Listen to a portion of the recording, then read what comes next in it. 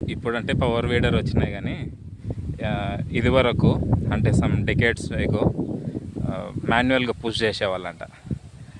కోనో weeder లాంటిది మాన్యువల్గా push చేసేవాళ్ళు. మేబీ అప్పుడు వాళ్ళు చాలా స్ట్రాంగ్ ఉన్నారు కాబట్టి చేయగలిగినారు.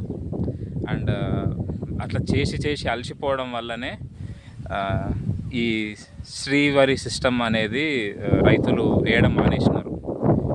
పవర్ వీడర్స్ ఉన్నాయి కానీ విల్లింగ్నెస్ టు డూ అనేది లేదు. అంటే ఇప్పుడు బాగా కష్టపడ్డాను కదా, ఇంకా ఎక్కువ కష్టపడితే కనుక ఇవాళ ఆగస్ట్ 15, 2026 అంటే ఈ రోజుకి ఇంకా ఎక్కువ కష్టపడితే కనుక రేపు నాకు పొలానికి రావడానికి కూడా భయం అవుతుంది. కష్టపడాలి కానీ మరీ ఎగ్జాస్ట్ అవ్వద్దు. ఎట్లయితే మనము మ్యారథాన్ చేసినప్పుడు, ఫుల్ మ్యారథాన్ లేకపోతే అల్ట్రా మ్యారథాన్ చేసినప్పుడు, when do you say your a good ultra మ్యారథానర్ after the marathon చేసిన తర్వాత ఇంటికి వెళ్ళి నేను నార్మల్ యాక్టివిటీస్ చేసుకోగలిగినప్పుడు, మ్యారథాన్ అయిపోయింది కదా 2 days పడుకుంటా అంటే you are not fit enough. Likewise ఇది కూడా అంతే.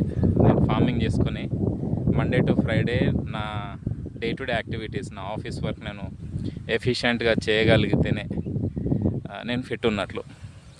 సో ప్రస్తుతానికైతే I'm not 100% fit. I'm fit ఉండడానికి ప్రయత్నిస్తున్నాను. Thanks for watching Adishri KMR farms. పెద్ద ఛాలెంజ్ అయితే టేకప్ చేసినాము. రోడ్ కొండ పోతున్న వాళ్ళందరూ అనుకుంటుంటారు కావచ్చు ప్రాపర్గా చదువుకోకపోతే వీళ్ళలాగా మీరు కూడా కష్టపడతారని. వాళ్ళకేం తెలుసు మనం చేసే ఉద్యోగాలు, మనం చేసే కష్టం ఎందుకు చేస్తున్నాం అనేది ప్రతి ఒక్కరికి చెప్పుకోలేం కూడా మనం.